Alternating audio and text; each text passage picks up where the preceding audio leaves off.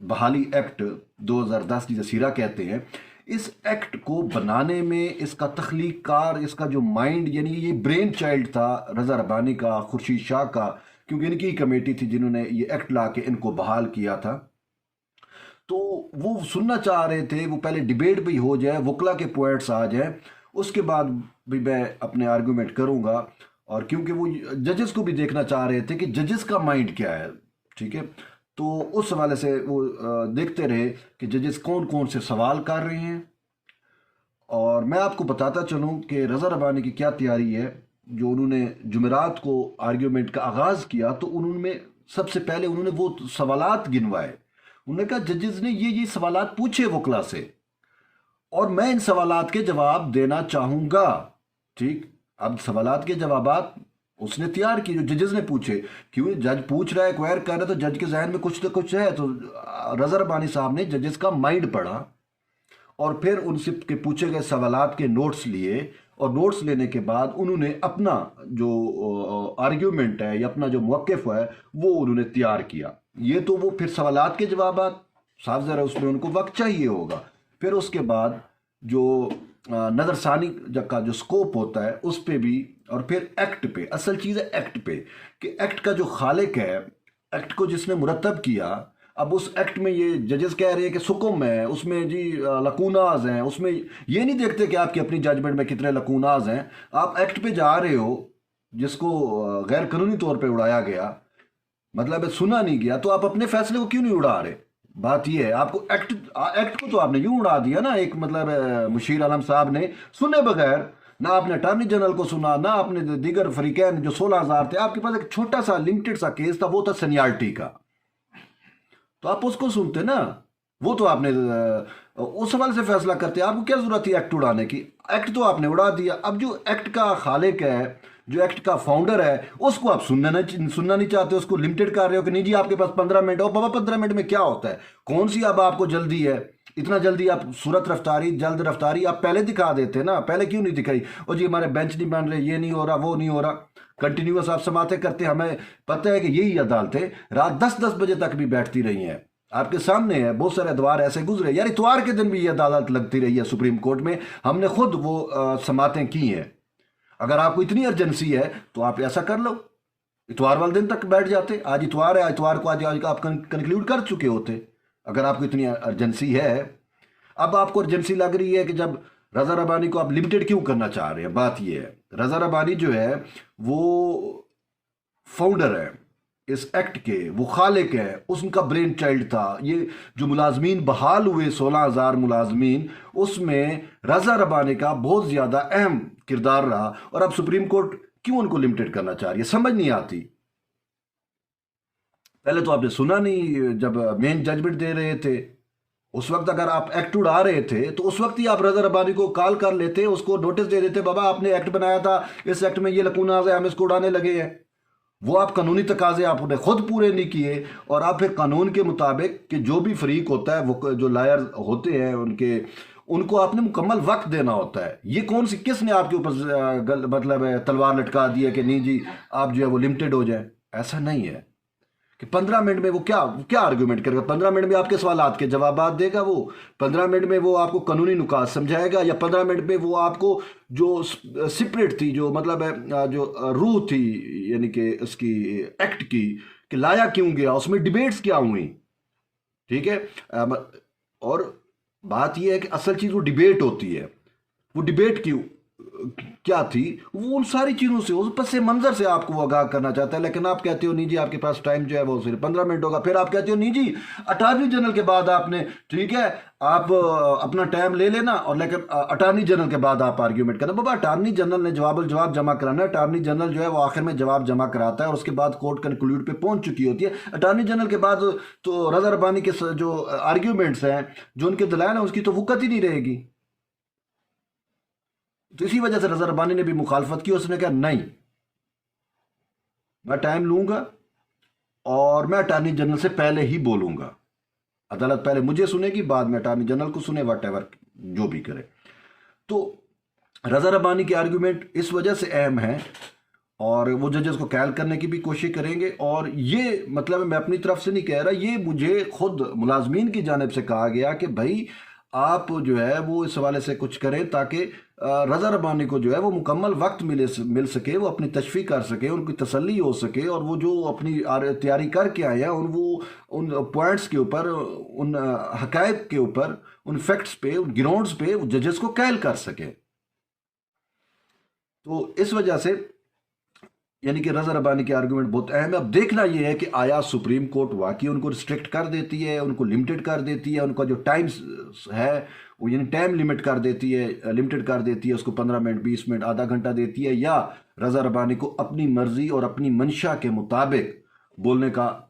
وقت جو ہے وافر وقت دیا جاتا ہے. یہ تو بہرحال منڈے کو ہی پتہ چلے گا. تو یہ تو میں نے آپ کو بتا دیا، اٹارنی جنرل کے بتا دیا کہ یہ دو مین جو ہوں گے فیکٹرز اٹارنی جنرل کا اور رضا ربانی کا، یہ پورے کیس کا پاسا جو ہے وہ چینج کر سکتے ہیں، پاسا پلٹ سکتے ہیں. یہ چیز تو ہو گئی. اب سیکڈ امپلائیز کیا کہتے ہیں؟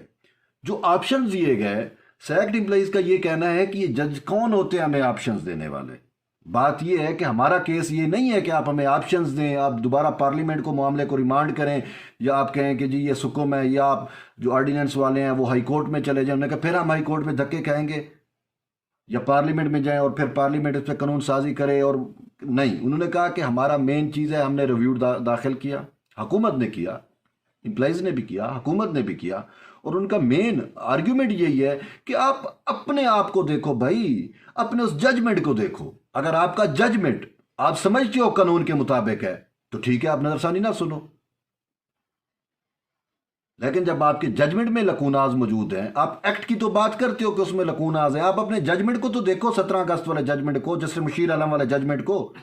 آپ اس کو کس طریقے سے جسٹیفائی کرتے ہو؟ سپریم کورٹ، ٹھیک ہے ہمارے کچھ دوست کہتے ہیں جی وہ سپریم کورٹ کے پاس اختیار ہوتا ہے، وہ نظرثانی میں بھی جو اپیل اور وہ چیزیں کر سکتی ہے، وہ ایک سپریم کورٹ کا اپنا ایک اختیار ہے، ہم اس پہ نہ کوئی قدغن لگا سکتا ہے، وہ ججز انٹرپریٹ کرتے ہیں، ان کی مرضی ہے وہ جس طریقے سے جائیں. بھئی ایسا نہیں ہوتا، حدود و قیود بھی ہوتی ہیں، آپ کے اپنے قواعد بھی ہوتے ہیں. پہلی بات یہ ہے کہ وہ جو ججمنٹ ہے 17 اگست کی، اس کے اندر کتنے لکوناز موجود ہیں؟ بہت زیادہ لکوناز موجود ہیں. اور مجھے سمجھ نہیں آتی کہ ٹھیک ہے مطلب ہو گیا اگر کسی سے ایسا، وہ اٹارنی جنرل آفس کی جانب سے غلطی ہوئی، لیکن اس غلطی کو پھر آپ ایشو تو نہ بنائیں نا. اب وہ غلطی کیا ہوئی یار، یہ بھی ایک انٹرسٹنگ بات ہے. اور میں سیکڈ امپلائیز کے علم میں لینا چاہتا ہوں. دراصل ہوا کیا ہے، جو ایک سوال یعنی یہ سوال بھی پوچھا گیا تھا، باقی سوال تو آپ کو یاد ہوں گے کیونکہ آپ کا کیس ہے اور میں نے آپ کو بتلایا بھی صحیح گزشتہ جو ویڈیو تھی اس میں. لیکن وہ جو ایک چیز جو چبھنے والی ہے نا، وہ میں آپ کو بتانا چاہتا ہوں، وہ شاید سب کو نہ پتا ہو. یہ ایک انسائیڈ سٹوری ہے، اور میں آپ سیکٹ امپلائیز سے وہ ڈسکس کرنا چاہتا ہوں، اور خاص کر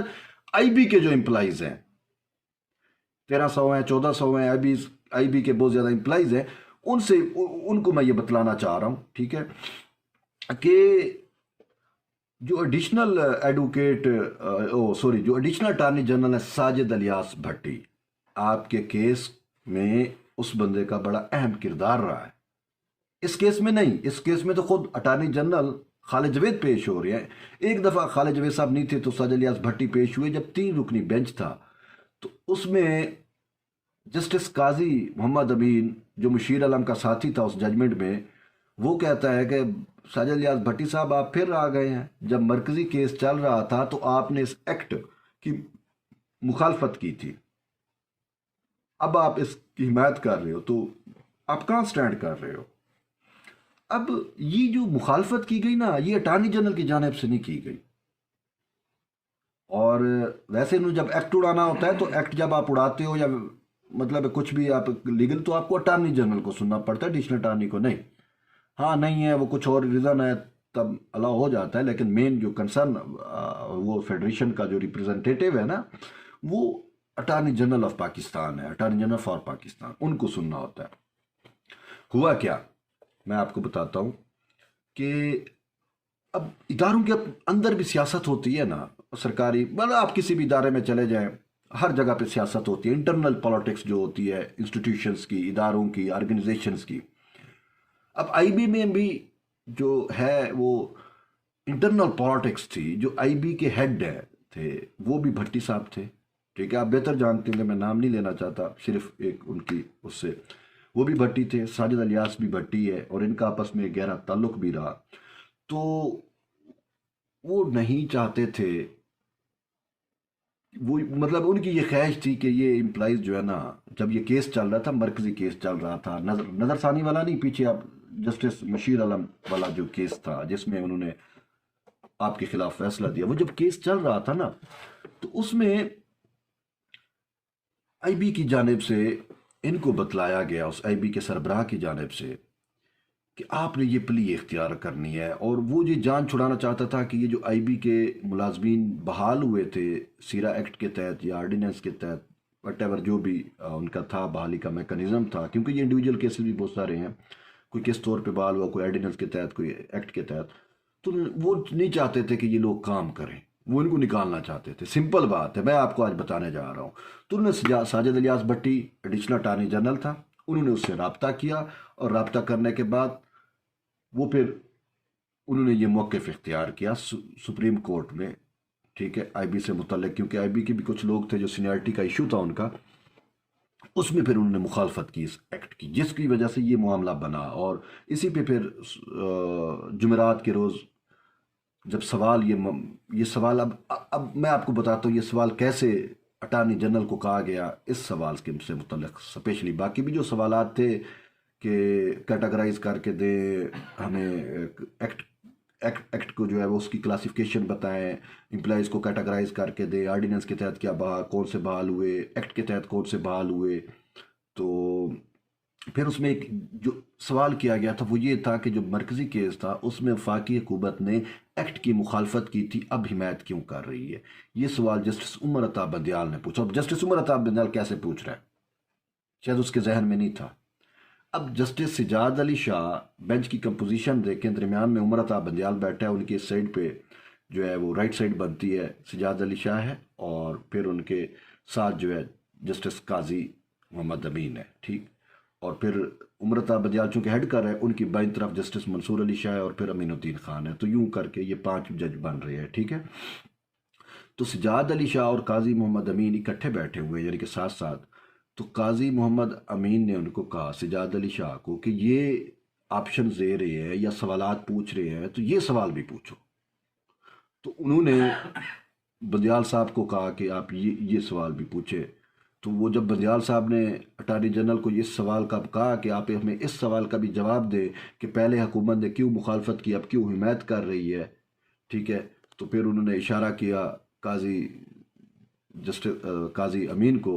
سجاد علی شاہ نے، کہ آپ کا سوال، آپ کا وہ پوائنٹ پٹ میں نے کرا دیا ہے، ٹھیک۔ اب یہ اس میں بڑی گیم میں نے آپ کو بتائی کہ ساجد الیاس بھٹی نے گیم ڈالی، اور حکومت کو اس حوالے سے کوئی نہیں تھا، مطلب حکومت کو تو نوٹس بھی نہیں تھا نا، دیکھو جی اٹارنی جنرل کو نوٹس ہوتا تو، جب اٹارنی جنرل نے کہا مجھے نوٹس نہیں تھا، ساجد الیاس بھٹی ایوی اپنی کیپیسٹی میں پیش ہو گیا، اور اس نے وہاں پہ جا کے تو وہ جو ایک پیچھے سے ایک سازش چلی گئی تھی آئی بی کے ملازمین کے خلاف، ٹھیک ہے، اس سازش کے تحت انہوں نے مخالفت کی اس ایکٹ کی، اور اس کے بعد یہ معاملات آپ کے سامنے آئے کہ جو بھی ہے۔ تو اب وہ ایشو بھی بنا ہوا ہے کہ حکومت نے اس سے مخالفت کی، اب حمایت کیوں کی، وہ ایک سازش کے نتیجے میں مخالفت کی گئی تھی، ٹھیک ہے، اور پھر اب حمایت اس وجہ سے حکومت کر رہی ہے کہ حکومت کو تو پہلے نہیں سنا گیا نا، فیڈریشن کو تو اٹارنی جنرل نے نہیں سنا گیا، تو حکومت اس وجہ سے کہ ہیومینٹیرین بیسس پہ بھی، اور یہ بھی کہ حکومت سمجھتی ہے کہ ججمنٹ جو ہے وہ غلط ججمنٹ ہے، تو اس وجہ سے حکومت نے عدالت کو برملا یہی کہا کہ آپ اس ججمنٹ کو اڑائیں، ثانی میں اڑائیں، ٹھیک۔ اب یہ تو ایک چیز میں نے آپ کو ایلوبریٹ کر دی جو شاید ضروری تھی، بہت سارے لوگوں کو پتہ نہیں ہوگا، اور آئی بی کے لوگوں کو خاص کر، یہ میں نے آپ کو بتایا کہ آپ کے اندر کی محکمانہ جو سازش ہے وہ کس طریقے سے سپریم کورٹ میں آپ کے خلاف پہنچی، میں نے آپ کو پورا ایک وے بھی بتا دیا کیسے کیسے پہنچی، ٹھیک۔ اچھا، اس کے بعد اب امپلائیز کا یہ کہنا ہے کہ ہمیں جو آپشن دیے جا رہے ہیں یہ ناقابل قبول ہے، ہماری یہ خواہش ہے، ہم یہ چاہتے ہیں کہ سپریم کورٹ اپنے فیصلے پہ نظر ثانی کرے، اور چونکہ وہ غلط فیصلہ ہے، اس میں قانون کے تقاضے پورے نہیں ہوئے، اس میں آرٹیکل 10A جو شفاف ٹرائل کا حق دیتا ہے ہر شہری کو، وہ اس کو فلفل نہیں کیا گیا، اور پھر یہ تھا کہ ہمیں نوٹسز نہیں ہوئے 16,000 بندے کو. یار آپ نے کبھی کسی عدالت کا ایسا فیصلہ دیکھا؟ ہاں بعض اوقات یہ ہوتا ہے کہ عدالت نوٹس ایشو کرتی ہے، کسی بندے کو نہیں ملتے، پھر عدالت 3 4 5 سماعتیں کرنے کے بعد یک طرفہ فیصلہ کر دیتی ہے. اس میں ریزن ڈفرینٹ ہو جاتی ہے. نوٹسز تو ایشو ہوتے ہیں، اس بندے تک نہیں پہنچتے، وہ بندہ اویلیبل نہیں ہوتا، تو وہ ایک یک طرفے فیصلے ہوا کرتے ہیں اس ٹائپ کے. ایسا نہیں ہوتا کہ آپ نے تو نوٹس ہی نہیں دیا اور پھر فیصلہ کر دیا. ٹھیک ہے 16,000 کو آپ نے نہیں دیا، آپ ایک پارلیمنٹ کا ایکٹ اڑانے جا رہے ہو. ایک پارلیمنٹ جو سپریم ادارہ ہے پاکستان کا، جو عوام کی منتخب لوگوں کا یہ ادارہ ہے، اور پورے پاکستان سے عوام جو ہے وہ اپنے ووٹ کے ذریعے، مینڈیٹ کے ذریعے ان کو جو ہے منتخب کر کے پارلیمنٹ تک بھیجتے ہیں. ان کی جانب سے جو لیجسلیشن کی گئی، جو قانون سازی کی گئی، آپ اس کو اڑانے جا رہے تھے. تو اتنا تو بنتا تھا کیا جج کو، جسٹس مشیر عالم کو، ان کو اتنا بھی نہیں پتا تھا کہ بابا اٹارنی جنرل کو اس معاملے میں سننا ہے یا نہیں سننا؟ کیا جلدی تھی بھئی آپ کو؟ کہ آپ بھی تو پھر اس سازش ساجد الیاس ٹائپ بھٹی والی جو سازش ہے آئی بی والی، اس کا شاید کہیں آپ بھی تو اس کا حصہ تو نہیں تھے؟ مجھے تو پھر یہی لگتا ہے کہ آپ نے تو قانونی تقاضے پورے نہیں. جج جو ہوتا ہے نا، وہ اس کو قانونی تقاضے پورے کرنے چاہیے. اگر وہ قانونی تقاضے نہیں پورے کرتا تو اس کو تو وہ مسند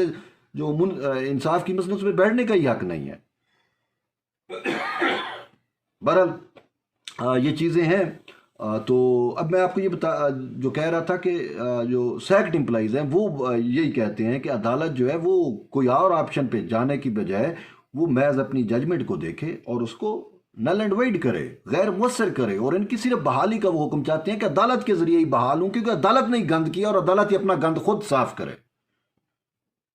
یہ نہیں ہے کہ آپ لانڈری، یہ پارلیمنٹ کوئی لانڈری نہیں ہے کہ آپ پھر پارلیمنٹ کو بھیجیں اور لانڈری کے ذریعے. عدالتیں ہی لانڈری کا رول ادا کرتی رہی ہیں، ہم نے دیکھا بھی ہے. ٹھیک ہے، آپ نے جو گند کیا اپنا گند خود آپ کو صاف کرنا ہوگا. یہ نہیں ہے کہ آپ اپنے وہ ججز کو بچانے کے لیے یا اپنی، بھائی وہ آپ اس سے زیادہ بدنام ہو جائے گی عدالت. درست طریقہ یہی ہوتا ہے کہ جس سے غلطی ہوتی ہے وہ مان لی جائے. سمپل بات ہے، آپ اپنی غلطی مانو اور اس کے بعد اس کو کریکٹ کرو، تو اس سے آپ کی عزت میں، آپ کی تکریم میں، آپ کے وقار میں اضافہ ہوگا، کم نہیں ہوگی. عوام بھی آپ کو دعائیں دے گی اور سمجھے گی کہ واقعی یار یہ جو جج ہیں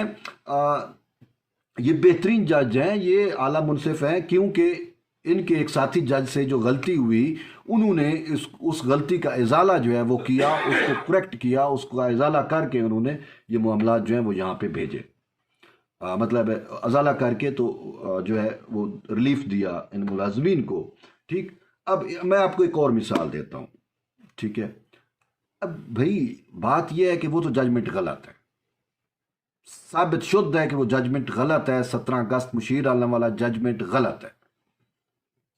آپ غلط ججمنٹ کو ریویو میں کریکٹ نہیں کرنا چاہ رہے ابھی تک جو ہمیں نظر آ رہا ہے. بہرحال ہماری تو دعا ہے کہ اللہ آپ کو ہدایت دے، اللہ آپ کو توفیق دے اور آپ اس کو کریکٹ کرو. لیکن اسی سپریم کورٹ نے ایک رائٹ فل جو ججمنٹ تھی، ایک بہترین جو ڈیسیژن تھا، اس کو ریویو میں غلط طریقے سے جا کے اس کو اڑایا ہے. اب آپ حیران ہوں گے کہ وہ، جی میں آپ کو بتاتا ہوں. تلور کے شکار سے متعلق ایک کیس تھا پہلے، یعنی کہ جسٹس اس ٹائم چیف جسٹس بھی تھے، چیف جج بھی تھے، کیا نام ہے اپنا، جسٹس جواد اس خواجہ. ٹھیک، جسٹس جواد اس خواجہ، ان کا ایک ساتھی جج تھے جسٹس دوست محمد خان اور جسٹس قاضی فیض عیسیٰ. ان 3 رکنی بینچ نے بیٹھ کر تلور کے شکار پہ پابندی لگائی. اب تلور کے شکار پہ پابندی لگنا غیر قانونی نہیں ہے، وہ قانونی ہے بابا. اس کی نسل کو مسئلہ ہوتا ہے، آپ کے وہ ایک تحفظ کے پیش نظر، اور پھر اور بھی مسائل ہیں. آپ بہتر سمجھ سکتے ہیں کہ کس طریقے سے یار وہ مائگریٹری برڈز کتنے ہزار کلومیٹر کا ٹریول کر کے سائبیریا سے اڑ کے تو یہاں آتے ہیں ہمارے ریجن میں، جن کے تو وہ پھر آپ ان کو مار دیا جاتا ہے. کون مارتا ہے؟ میں نہیں مارتا، کوئی پاکستانی نہیں مارتا. ٹھیک ہے، وہ عرب سے لوگ آتے ہیں، وہ آ کے ان سائبیرین برڈز کو آ کے مارتے ہیں. اور ان کی نسل جو ہے وہ واقعی ان کے لیے خطرہ تھا، ان کی نسل ختم ہوتی جا رہی تھی۔ اور دیکھیں پہلی بات ہے کہ وہ وہاں سے آتے ہیں گرم علاقے میں، سرد علاقے سے گرم علاقے میں آتے ہیں، یہاں پہ وہ جہاں پہ پانی کی جھیلیں ہوتی ہیں وہاں پہ وہ یا اترتے ہیں، جس میں صرف یہ نہیں ہے اپنا تلور نہیں ہے، اور بھی بہت سارے برڈز ہیں، ٹھیک ہے، وائٹ جسے ہم کنج کہتے ہیں، ٹھیک ہے، تو وہ کنجیں بھی آتی ہیں اور بھی ایسے، وہ ان سب کو مار دیا جاتا ہے پاکستان میں انفارچونیٹلی، ٹھیک ہے۔ تو سپریم کورٹ نے جو ہے اس پہ پابندی لگائی، اور ہونی چاہیے تھی۔ اگر یہ پابندی برقرار رہتی تو سندھ میں ناظم جوکھیوں کا قتل نہ ہوتا، ان عربیوں کو جرت نہ ہوتی کہ وہ یہاں پہ آتے اور وہاں کے مقامی لوگ جو ہیں وہ ان کو فیسیلیٹیٹ کرتے، اور پھر ناظم جوکھیو جو ہے وہ خطرے سے دوچار اس تلور کے تحفظ کے لیے نہ نکلتا، کیونکہ سپریم کورٹ بین کا اگر بین ہوتا تو کسی کو جرت نہ ہوتی، ٹھیک۔ تو سپریم کورٹ نے بین کر دیا 3 رکنی ججمنٹ۔ اب ہوتا کیا ہے، جواد خواجہ ریٹائر ہو جاتے ہیں، ٹھیک، 2 جج موجود ہیں، نظر ثانی آتی ہے حکومت کی جانب سے، چودھری منیر جو مریم نواز کے قریبی رشتہ دار بھی ہیں اور عربیوں کے فرنٹ مین ہیں، رحیم یار خان میں، ٹھیک ہے، تو بہت امیر بندے ہیں بھائی، جس کو عربی کا پیسہ لگا ہو تو اس نے ویسے ہی امیر ہونا ہے بھائی۔ تو انہوں نے یہاں پہ دنیا ٹی وی کو خریدا، میڈیا کو خریدا، ایک پرسیپشن بنائی رائے عامہ ہموار کی کہ نہیں جی عربی جو ہیں وہ تو تحفظ ان کا کر رہے ہیں، وہ مارتے نہیں ہیں، یہ نہیں کرتے وہ نہیں کرتے، وہ کر کے، اور پھر وزارت خارجہ کے تھرو کہا کہ جی یہ ہمارے جو برادرانہ ہم اسلامی ممالک ہیں ان کے ساتھ تعلقات خراب ہو جائیں گے اگر ہم ان کو تلور کا شکار نہیں کرنے دیں گے، لعنت بھیجو ایسے تعلقات پہ جو اس کی بنیادی تلور کے شکار پہ ہو یار۔ خیر، تو وہ ایک پرسیپشن بنائی گئی، پھر اس کے بعد یہاں پہ ریویو ڈالا گیا، اور پھر ثاقب نثار صاحب نے کیا کیا، ایک مطلب 3 رکنی تھا جس نے فیصلہ دیا، تو پھر لارجر بینچ بنایا بے ہی اس طریقے سے جیسے جسٹس عمر عطا بندیال والا لارجر بینچ بنا۔ لیکن فرق دیکھیں، فرق بتا رہا ہوں، فرق دیکھیں، فرق کیا تھا؟ جسٹس دوست محمد ریٹائر نہیں ہوئے تھے، وہ موجود تھے، جسٹس قاضی فیض عیسیٰ بھی موجود تھے۔ ریویو کے اندر ہمیشہ یہ ہوتا ہے کہ اگر ریویو وہی بینچ سنتا ہے موسٹلی جو سپریم کورٹ کے قواعد ہے، ہاں اگر کوئی جج ان اویلیبل ہے، وہ ریٹائر ہو گیا ہے، تو پھر اس کی جگہ دوسرا جج جاتا ہے، لیکن دوسرے اگر جج موجود ہیں تو وہ اس میں لازمی بیٹھتے ہیں۔ اب انہوں نے کیا کیا، ان کو خطرہ ہو گیا کہ کہیں ہم چونکہ یہ فیصلہ ریویو میں ہم فیصلہ سپریم کورٹ کا فیصلہ اڑانے لگے ہیں تو کہیں ایسا نہ ہو کہ اگر جسٹس دوست محمد صاحب بھی بیٹھے اور جسٹس قاضی فیض عیسیٰ بھی بیٹھے، 2 یہ ہو گئے، 3 ہو گئے، اور ایک کا جج شاید ان کے ساتھ مل جائے تو پھر ہم یہ فیصلہ نہیں کر پائیں گے، تو یہ 3-2 کی اکثریت ہو جائے گی، نہیں کر پائیں گے، یا پھر یہ تھا کہ یہ 2-3 ایک اختلافی فیصلہ آ جائے گا تو بھی اس کی وہ اتنی افادیت نہیں ہوگی۔ بہرحال انہوں نے کیا کیا، جب نظر ثانی بینچ بنایا، لارجر بینچ 5 رکنی، تو اس میں انہوں نے جسٹس دوست محمد کی موجودگی کے باوجود اس کو شامل نہیں کیا، ٹھیک، عددی نمبر پورا کرنے کے لیے، اکثریتی ججمنٹ پہ عددی نمبر پورا کرنے کے لیے انہوں نے اس کو شامل نہیں کیا کہ نہیں، you are no more the part of review in Talwar case, ٹھیک۔ اس کے بعد قاضی فیض عیسیٰ کو مجبوری کے تحت بٹھا دیا۔ اب قاضی فیض عیسیٰ، اب 4 جج ایک سائڈ پہ ہو گئے، قاضی فیض عیسیٰ ایک سائڈ پہ ہو گیا۔ قاضی فیض عیسیٰ نے اپنے اس فیصلے کو جو جواد خواجہ نے تحریر کیا تھا تلور کے شکار پہ پابندی برقرار رکھنے کا، انہوں نے وہ فیصلہ دیا اور اس پہ اختلافی نوٹ لکھا انچار کے خلاف، ٹھیک۔ تو کہنے کا یہ ہے کہ جب آپ اپنے معاملات کے لیے ایسا کرتے ہو تلور والے کیس میں، تو آپ یہاں پہ دیکھو، اس کو آپ کیس کو ایک درست فیصلے کو اٹھا کے آپ نے اس کو اڑا دیا، درست فیصلے کو اٹھا کے آپ نے اڑا دیا، اور نظر ثانی میں آپ نے شکار پہ پابندی ختم کر دی، جبکہ ریویو کا وہی سکوپ تو لمیٹڈ ہوتا ہے نا، آپ کو تو قاعدے اور قانون کے مطابق آپ تو نہیں اٹھا سکتے تھے، آپ کے پاس نئے فیکٹس نہیں آئے تھے، لیکن وہ چودھری منیر کا معاملہ تھا، وہاں پہ پرسیپشن بنائی گئی، میڈیا میں ایک خبریں چلائی گئی، اور جی وہ سیچریز بنائی ہوئی ہیں انہوں نے تلور کے افزائش نسل کے لیے، عربیوں نے یہ کیا ہوا، وزارت خارجہ آ گئی، یہ معاملہ تو آپ نے انڈو کر دیا اپنے فیصلے کو غیر قانونی طور پہ جا کے۔ خیر، اب اس کیس میں آ جاؤ، اب چلو بھائی، ایک قانونی فیصلے کو، آئینی فیصلے کو آپ اڑانے لگے ہو، اپنے فیصلے کو، اس میں آپ نے پھر آپ یہاں پہ بھی وہ اصول کیوں نہیں لاگو کرے کہ یہاں پہ تو فیصلہ غیر قانونی ہے، اب اس کو اڑانے کا معاملہ ہے تو آپ نے وہ پھر دو جج وہ بٹھا دیے جو مشیر عالم کے ساتھ موجود تھے، اور پھر تیسرا جج جسٹس سجاد علی شاہ بھی وہ بٹھایا جس کی مشیر عالم کے ساتھ بہت زیادہ قربت ہے، اور جس کو ویسے ہی چونکہ بی بی شہید نے ان کو بھرتی کیا تھا یا رکھا تھا تو ان کو ویسے ہی پیپلز پارٹی سے بغض ہے،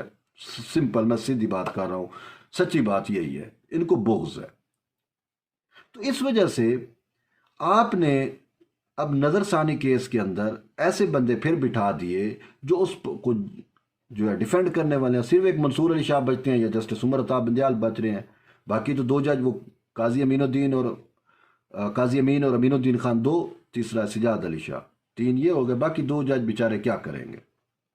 وہ چاہتے ہوئے بھی شاید نہ کر پائیں۔ بہرحال دیکھنا یہ ہے کہ اب ہوتا کیا ہے،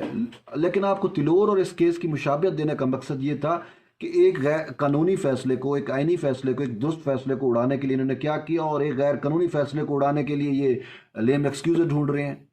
آپشن دے رہے ہیں یہ پارلیمنٹ کو بھیج دیں۔ اب پارلیمنٹ کو پارلیمنٹ کو یہی تھا تو پارلیمنٹ تو آلریڈی تیار ہے، سپیکر ان کو مطلب کہہ چکا ہے، اٹارنی جنرل کے ذریعے ایک میسج ان کو ڈیلیور ہو چکا ہے، جس وجہ سے شاید اب یہ اس آپشن پہ جا رہے ہیں۔ انہوں نے کہا بابا آپ نے اتنے دن ہو گئے، آپ ان کو کیوں نہیں کر رہے؟ نہیں کرنا تو آپ ہمیں بتا دیں، پھر ہم ایکٹ آف پارلیمنٹ کے ذریعے کر دیتے ہیں، واٹ ایور ہم جو بھی کریں، چونکہ پارلیمنٹ تو سپریم ہے، وہ کچھ بھی کر سکتی ہے نا۔ تو اب یہ اس آپشن پہ جو ہے وہ اٹیمپٹ یا جانے کی کوشش میں ہے۔ بہرحال وہ تو فیصلہ بتائے گا، ہم تو آپ کو وہ مختلف پہلو اور چیزوں کا تجزیہ کر کے ایک انالیسس کر رہے ہیں، ٹھیک ہے، کوئی حتمی رائے میں نہیں دے رہا، لیکن میں آپ کو وہ فیکٹرز بتا رہا ہوں۔ یہ کچھ بھی کر سکتے ہیں نا ججز، میں تو میری تو دعا ہے اور ہم یہی کوشش کر رہے ہیں اور یہی ان کو بتلا رہے ہیں کہ بابا آپ وہ 17 اگست والا جو ججمنٹ ہے اس کو اڑا کے باہر پھینک دو، وہ قانون کے مطابق نہیں ہے، وہ ثابت ہو گیا وہ قانون کے مطابق نہیں ہے۔ میں نہیں کہہ رہا، یہ لیگل چیزیں ہیں کہ بابا جس ججمنٹ میں قانونی تقاضے پورے نہ ہوں، جس ججمنٹ میں شفاف ٹرائل کا موقع نہ ملے، اس کو آپ کیسے قانونی کہہ سکتے ہو؟ جس ججمنٹ میں جو متاثرہ فریق ہے اس کو سنا نہ گیا، اس کو نوٹس تک نہ گیا ہو، آپ کیسے دے سکتے ہیں؟ یک طرفہ فیصلہ نہیں ہو سکتا بھائی، ٹھیک ہے۔ تو آپ کو تو وہ اڑانا چاہیے، اور یہی سیکٹ امپلائیز کہتے ہیں کہ بھائی ہمیں آپشن پہ نہیں، آپ فیصلے کو اڑاؤ، یہی ایک آپشن ہے، بس یہی ایک چوائس ہے اور کوئی چوائس نہیں ہے۔ اور اگر سپریم کورٹ کوئی اور طریقہ دیکھتی ہے تو اس کے پھر کنسیکوینسز اور بھی ہو سکتے ہیں۔ اب یہ معاملہ ویسے بھی 16,000 امپلائیز کا معاملہ یہ 16 جج بیٹھ کے نہیں کر سکتے بھائی، وہ لاکھوں خاندان بنتے ہیں، لاکھوں لوگ بنتے ہیں، ہر ایک ملازم کے ساتھ اس کی پوری فیملی جڑی ہوئی ہے، 5-10 آپ فگر لگاؤ کتنے لوگ وہ جا کے بنتے ہیں، آپ ان کا فیصلہ نہیں کر سکتے۔ تو اس وجہ سے آپ کو بھی عقل اور ہوش کے ناخن لینے چاہیے، اور چونکہ یہ عوامی معاملہ ہے اور عوامی معاملے میں تو آپ کو غلطی کی کوئی گنجائش نہیں ہے، آپ کو غلطی پہ غلطی نہیں کرنی چاہیے۔ وہ کہتے ہیں ایک جھوٹ کو چھپانے کے لیے 100 جھوٹ بولنا پڑتا ہے، ایک غلطی کو چھپانے کے لیے پھر آپ اسے کئی اور غلطیاں سرزد ہوتی ہیں، لہٰذا آپ اور غلطیاں کرنے کی بجائے ایک راست اقدام اٹھائیں، درست فیصلہ کریں، اور رضا ربانی کو بھی مکمل طور پہ موقع دیں، اس کو سنیں، اور اس کو سننے کے بعد اٹارنی جنرل کا بھی موقف سنیں، اور باقی بھی جو وکلا بیٹھے ہیں بیچارے اس انتظار میں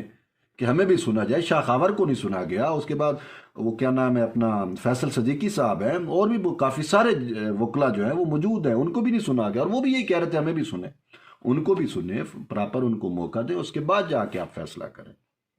یہ نہیں کہ آپ 15 منٹ میں آپ رضا ربانی بیچارہ 15 منٹ میں کیا کر سکے، 15 منٹ تو ویسے ہی انسان کو تمہید باندھنے میں لگ جاتے ہیں، اب یہ میں ویلا کروں تو یہ بھی تقریباً آدھے گھنٹے سے اوپر ہو گیا ہے،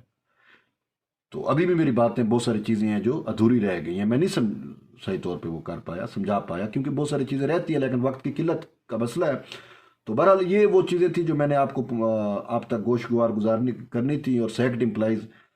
کی ڈیمانڈ کہ ان کی ڈیمانڈ کیا ہے وہ میں نے آپ کو بتلائی۔ وہ کہتے ہیں نہ ہی ہمیں مراد چاہیے، نہ ہمیں پینشن چاہیے، ہمیں بحالی بحالی بحالی اور بحالی چاہیے، اور ہمیں پارلیمنٹ میں معاملہ واپس ریفر کرنے کی بجائے، ہائی کورٹ میں بھیجنے کی بجائے، صرف ہم یہی چاہتے ہیں کہ سپریم کورٹ اپنے 17 اگست کے جسٹس مشیر عالم والے فیصلے کو اڑائے، اس کو غیر مؤثر کرے، اس کو معطل کرے، اس کو کالعدم کرے، اس کے وجود کو ختم کرے، تاکہ ہم لوگ واپس اپنے اپنے اداروں میں جا کر اپنے روزگار پہ جو ہے وہ لگ جائیں، اور ہماری بحالی جو ہے وہ ممکن ہو سکے، کیونکہ ان کی بحالی، ان کی جو مطلب ہے نوکری سے برطرفی، اور سپریم کورٹ کے ایک فیصلے کی وجہ سے ہوئی، اور سپریم کورٹ کا بھی ایک فیصلہ ان بیچاروں کو واپس روزگار پہ پہنچا دے گا۔ تو یہی ان کی بنتی ہے، یہی ان کی جو ہے وہ عدالت سے استدعا ہے۔ بہرحال آپ کنیکٹڈ رہیں بلوچ جرنلسٹ کے ساتھ، طیب بلوچ کے ساتھ۔ انشاءاللہ پھر ایک نئے ویلاگ کے ساتھ دوبارہ آپ کی خدمت میں حاضر ہوں گے، لیکن یہ کچھ اہم چیزیں تھیں جو میں نے کہا آپ کو گوشگوار کر دوں۔ یہ ملازمین کے جو معاملات تھے، ان کے جو کنسرن تھے، وہ میں نے آپ کو بتائی ہے، اور امید ہے کہ یہ چیزیں ججز تک بھی پہنچیں گی، اور ان کے اندر جو ہے وہ اپنی غلطی کا ازالہ کرنے کا جو جذبہ ہے، یہ جو حوصلہ ہے، وہ بھی پیدا ہوگا، اور انشاءاللہ اللہ ان کو توفیق بھی دے گا۔ جب آپ کی نیت اچھی ہو تو اللہ جو ہے آپ کی مدد کرتا ہے، نیتیں اچھی نہ ہوں تو پھر چیزیں بھی بہتر نہیں ہوتی۔ بہرحال طیب بلوچ کو اجازت دیں، پھر ایک نئے ویلاگ کے ساتھ دوبارہ ملاقات ہوگی، تب تک کے لیے اجازت، اللہ حافظ۔